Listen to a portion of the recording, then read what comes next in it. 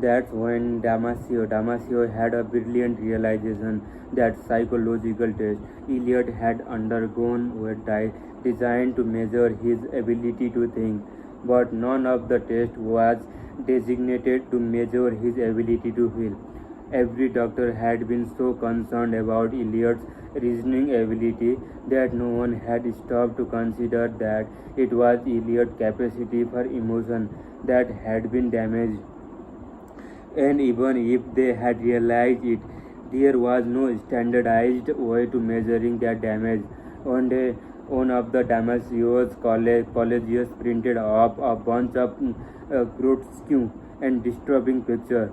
There were born victims, gruesome murder scenes, war-torn cities, and starving children. He then showed Eliot a photo one by one. Eliot was completely indifferent. He felt nothing, and the fact that he didn't care was so shocking that even he had a comment on how fucked up it was. He admitted that he knew for sure that these images would have disturbed him in the past, that his heart would have welled up with empathy and horror, and he would have turned away in disgust. But now, as he sat there, staring at the darkest corruption of the human experience, Eliot felt nothing. And this, Damasio discovered, was the problem. While Eliot's knowledge and reasoning were left intact, the tumor and or the surgery to remove it had debilitated his ability to empathize and feel. His inner world no longer possessed the lightness and the darkness, but was instead an endless grey miasma.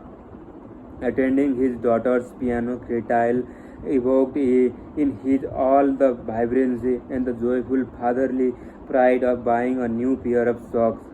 Losing $1 million felt exactly the same to his pumping gas, laundering his seat, or the watching family flood.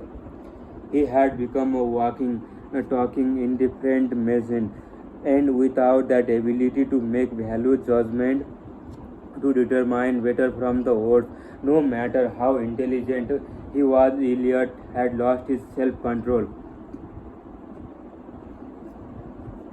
But this raised a huge question. If Eliot's cognitive abilities, his intelligence, his memory, his attention were all in the perfect shape, why could not he make an effective decision anymore? This stumped Damasio and his colleagues. Well, we have all wished at the time that we could not feel emotion because our emotion often drive us to the stupid shit we later regret. For centuries, psychologists and the philosopher assumed that dampening or the suppressing our emotion was the solution to all the life problems. Yet here was a man stripped of his emotion and empathy entirely, someone who had nothing but intelligence and the reasoning. And his life had quickly degenerated into a total clusterfuck. His case went against all the common wisdom about rational decision making and the self control. But there was a second, equally perplexing question. If Eliot was still as smart as a whip and could reason his way through the problem presented to him, why did his work performance fall off a cliff? Why did his productivity move into a ragging dumpster fire? Why did he essentially abandon his family, knowing full well the negative consequences? Even if you don't give a shit about your wife or your job anymore, you should be able to reason that it is still important to maintain them, right? I mean that's what socio sociopath eventually figure out. So why could not Eliot? Really, how hard is it to show up to the little league game every day, every once in a while? Somehow, by losing his ability to feel, Eliot had lost his ability to make a decision. He had he had lost the ability to control his own life.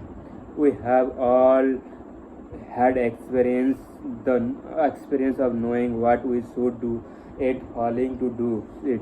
We have all put up important tasks, ignored people we care about, and failed to act in our own self-interest. And usually, when we fail to do the things we should, we assume it's because we can't sufficiently control our emotion.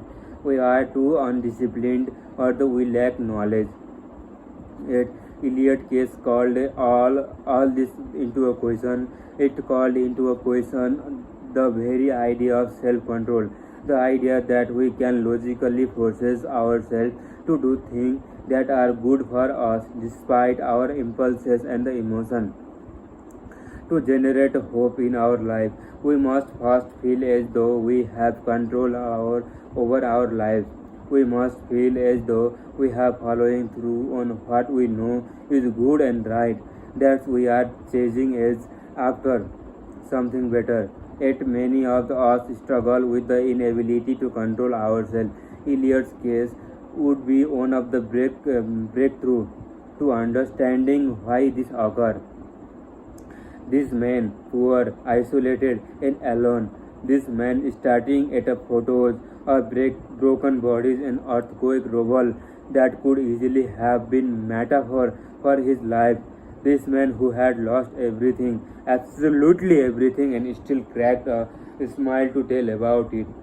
This man would be the key to revolutionizing, revolutionizing, revolutionizing, revolutionizing our understanding of the human mind, how we make decisions, and how much self-control we actually have. The classic assumption. Once, when asked about his drinking, the musician Tom Waits famously muttered, "I would rather have a bottle in front of me than a frontal lobotomy." He appeared to be hammered when he said it. Oh, and he was on national television. The frontal lobotomy is a form of brain surgery wherein a hole is drilled into your skull through the nose and then in the frontal lobe is gently sliced with an ice pick. The procedure was invented in 1935 by the neurologist named Antonio Egas Moniz. Egas Moniz discovered that if you took people with an extreme anxiety, suicidal depression, or the other mental health issue, a crisis of hope, and maimed their brain in just a right way, they would chill the fuck out. Egas Moniz believed that the lobotomy, once perfected, could cure all mental illness, and he marked it to the world as such. By end of the 1940s, the producer was a hit, being performed on tens of thousands of patients all over the world. Egas Moniz would even win a Nobel Prize for his discovery. But by the 1950s, people began to notice that, and this might sound crazy, a drilling hole through somebody's face and scraping their brain the same way you clean eyes of your windshield can produce a few negative side effects. And by the few negative side effects, I mean the patient become goddamn potatoes, while often curing patient of their external emotion affliction. The procedure also left them with the inability to focus, make a decision, have careers, make a long-term plans, or think abstractly about themselves. Essentially, they become mindlessly satisfied zombies. They become idiots. The Soviet Union, of all places, was the first country to outlaw the lobotomy. The Soviets declared the procedure contrary to the human principle and claimed that it turned an insane person into an idiot. This was sort of a wake-up call to the rest of the world. Because let's face it, when Joseph Stalin is lecturing you about ethics and human decency, you know you have fucked up. The Soviet Union, of all places, was the first country to outlaw the lobotomy. The Soviets declared the procedure contrary to the human principle and claimed that it turned an insane person into an idiot. This was a sort of wake-up call to the rest of the world because let's face it, when Joseph Stalin is lecturing about ethics and the human decency, you know you have fucked up. After that, the rest of the world began slowly to ban the practice. By the 1960s, pretty much everyone hated it. The last lobotomy would be performed in the United States in 1967, and the patient would die. 10 years later, a drunken Tom Waits motored his famous line on television, and the rest they say in the history.